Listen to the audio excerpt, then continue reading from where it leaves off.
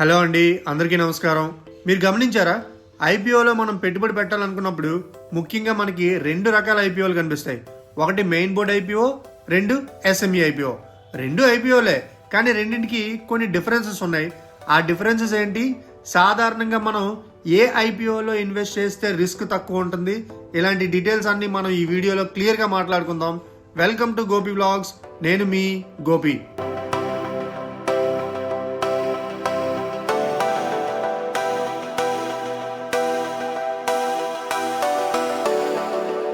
ఒక చిన్న promotional content అండి. వైజాగ్లో premium quality salon services with reasonable కాస్ట్లో కావాలా? అయితే క్లాసిక్ ఎడ్స్ ఫ్యామిలీ సెలూన్ని ఒక్కసారి ట్రై చేయండి. ఇక్కడ మెన్స్కి hair cut, beard trim, detan, hydrafacial లాంటి చాలా సర్వీసెస్ ఉన్నాయి. అలాగే ఉమెన్స్కి hair cut, hair spa, eyebrows, blow dry, cleanup, waxing, pedicure, manicure, keratin, hydrafacial ఇలా చాలా ఉన్నాయండి. అన్నీ ఒకటే ప్లేస్లో ఉన్నాయి. చిన్నపిల్లలకు కూడా హెయిర్ కట్స్ మంచిగా చేస్తున్నారు వీళ్ళు. యాంబియన్స్ సూపర్, ప్రొడక్ట్ క్వాలిటీ అయితే ఇంకా నెక్స్ట్ లెవెల్ ఉందనే చెప్పుకోవచ్చు. ఇంకో హైలైట్ ఏంటంటే, ఇన్స్టాగ్రామ్లో మీకు కనుక 1K ఫాలోవర్స్ ఉంటే వీళ్ళు ఫ్రీ సర్వీసెస్ అందిస్తున్నారు. ఇక లొకేషన్ చూసుకుంటే క్లాసిక్ కట్స్, శంకర్ మఠం road, Shankar complex, Vizag. For more details screen మీద ఉన్న నెంబర్కి కాల్ చేయండి.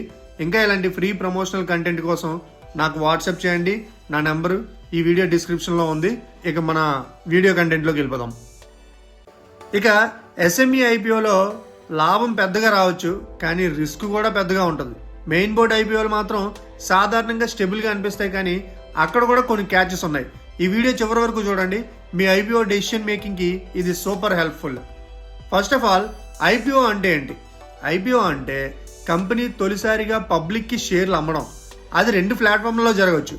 ఒకటి మెయిన్ బోర్డ్ ఐపీఓ, రెండు SME IPO. Main board IPO ఇవి ఎన్ఎస్సి ఆర్ బిఎస్సిలో లిస్ట్ అయ్యే ఐపీఓస్ అనమాట. ఇక ఎస్ఎంఈ ఐపీఓస్ అయితే ఎస్ఎంఈ ప్లాట్ఫామ్స్లో లిస్ట్ అయ్యే ఐపీఓస్. లైక్ ఎగ్జాంపుల్కి ఎన్ఎస్సి ఎమర్జ్లో కానీ బిఎస్సి ఎస్ఎంఈలో కానీ లిస్ట్ అవుతాయి అనమాట. రెండు ఐపీఓలే, కానీ company size, trading, lot size, liquidity అన్నీ సపరేట్గా ఉంటాయి అనమాట. ఇక సింపుల్గా అర్థమయ్యేలా ఒక చిన్న ఎగ్జాంపుల్లో చెప్తాను. మెయిన్ బోర్డ్ ఐపీఓ అంటే ఒక పెద్ద హైవే లాంటిది. ట్రాఫిక్ ఎక్కువ ఉంటుంది, ఎగ్జిట్స్ కూడా ఎక్కువగా ఉంటాయి, ట్రేడర్స్, ఇన్వెస్టర్స్ ఎక్కువగా ఉంటాయి. అదే ఎస్ఎంఈ ఐపీఓలో అయితే చిన్న సిటీ లోపల చిన్న రోడ్ లాంటిది అనమాట. ట్రాఫిక్ తక్కువ, కానీ స్పీడ్ బ్రేకర్స్ ఎక్కువ. అంటే మెయిన్ బోర్డ్లో బై ఆర్ సెల్లింగ్ జనరల్లీ ఈజీగా ఉంటుంది. ఎస్ఎంఈలో బై ఆర్ సెల్లింగ్ కాస్త కష్టమయ్యే ఛాన్స్ ఉంది, ఎందుకంటే ట్రేడర్స్ ఆర్ వాల్యూమ్స్ చాలా తక్కువ ఉండొచ్చు అనమాట. ఇక మెయిన్ బోర్డ్ ఐపీఓలో ఎలాంటి కంపెనీస్ వస్తాయి?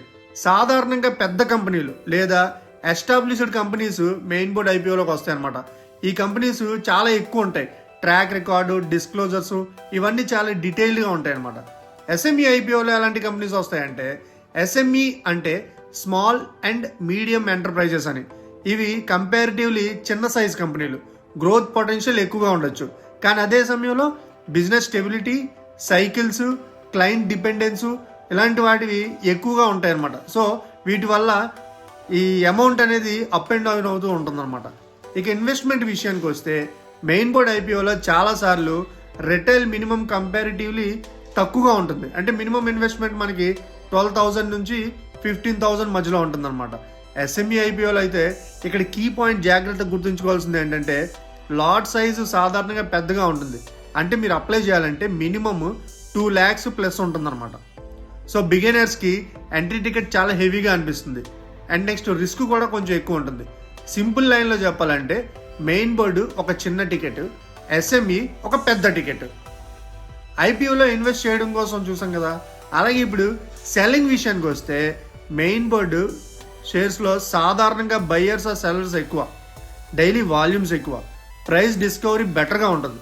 కాబట్టి selling easy, either loss or profit. Selling అయితే ఈజీగా ఉంటుంది, బట్ లాస్ వస్తుందో ప్రాఫిట్ వస్తుందో అని అది కంపెనీ బట్టి డిపెండ్ అయి ఉంటుంది అనమాట. మీన్స్ ఎగ్జిస్ట్ అవ్వడం ఇక్కడ ఈజీ అంటాను నేనైతే. ఎస్ఎంఈ షేర్స్లో వాల్యూమ్ తక్కువగా ఉంటాయి, స్ప్రెడ్ కూడా ఎక్కువ.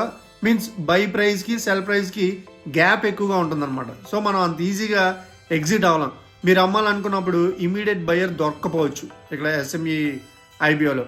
అందుకే ఎస్ఎంఈ ఐపీఓలు ప్రాఫిట్ చూపించినా కూడా ఎగ్జిట్ ప్లాన్ అయితే క్లియర్గా ఉండదు. అది మనం ఇక్కడ బాగా గుర్తుపెట్టుకోవాల్సిన విషయం అనమాట.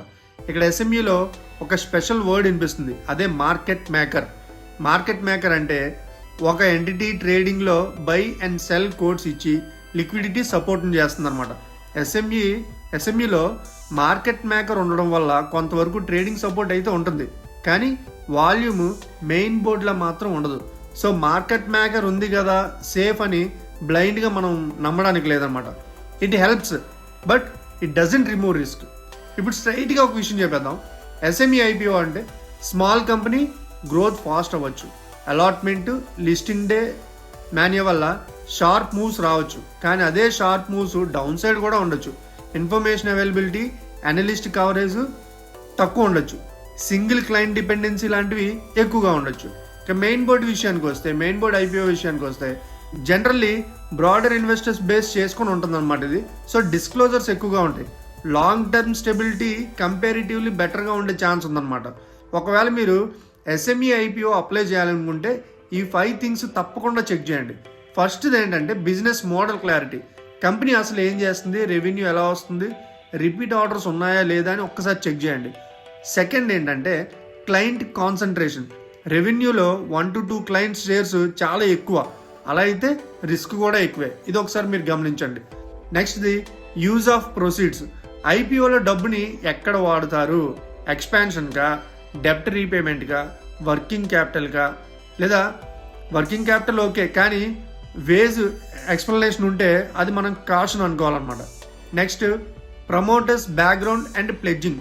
ప్రమోటర్స్ షేర్స్ ప్లెడ్జ్ లేదా legal issue, frequent related party transactions ఉంటే ఇది మనం రెడ్ ఫ్లాగ్ అనుకోవచ్చు, అంటే డేంజర్ సిగ్నల్ అన్నట్టు. నెక్స్ట్ ఫైనల్గా లిక్విడిటీ అండ్ వాల్యూమ్స్ చూడండి. లిస్టింగ్ తర్వాత ట్రేడింగ్ వాల్యూమ్స్ ఎలా ఉండే ఛాన్స్ ఉంది, పీర్ కంపెనీస్ వాల్యూమ్స్ ఎలా ఉన్నాయో ఒకసారి కంపేర్ చేయండి. సో ఇలా ఫైనల్గా సింపుల్గా చెప్పాలంటే మెయిన్ బోర్డ్ ఐపీఓ పెద్ద market, liquidity better, entry easier. SME IPOs వచ్చి చిన్న కంపెనీలు, లాట్ సైజ్ పెద్దగా ఉంటుంది, లిక్విడిటీ తక్కువగా ఉంటుంది, రిస్క్ రివార్డ్ ఎక్కువగా ఉంటుందన్నమాట. సో ఒకవేళ మీరు బిగినర్ అయితే మెయిన్ బోర్డ్ ఐపీఓ నుంచి స్టార్ట్ చేసి బేసిక్స్ సెట్ అయ్యాక ఎస్ఎంఈని ఎక్స్ప్లోర్ చేయడం బెటర్. మీకు ఈ వీడియో ఉపయోగపడితే లైక్ కొట్టండి. ఇలాంటి ఫైనాన్షియల్ అండ్ ఇన్ఫర్మేటివ్ వీడియోస్ కోసం మన వీడియోస్ని షేర్ చేయండి, కామెంట్ చేయండి. నేను మీ గోపి, సైనింగ్ ఆఫ్.